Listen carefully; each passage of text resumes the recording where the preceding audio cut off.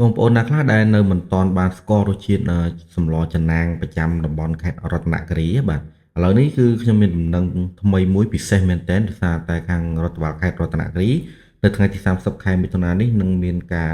ធ្វើជាម្ហូបចំណាំងឆ្នាំងធំដាក់ចែកជូនញ៉ាំ free តែម្ដងអត់មានគិតលុយគិតអីទេហើយ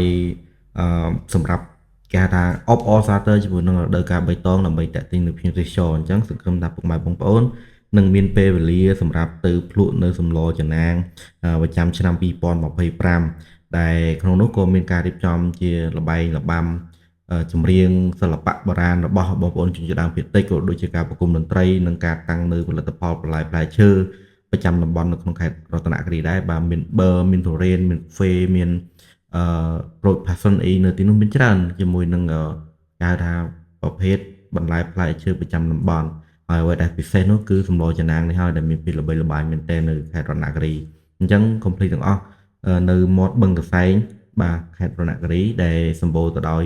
ទីតាំងថតរូបលេងកម្សាន្តពុកម៉ែបងប្អូនសូមអញ្ជើញទៅភ្លក់ទាំងអស់គ្នានៅថ្ងៃទី30ខែមិថុនាឆ្នាំ2025នេះឯងបាទ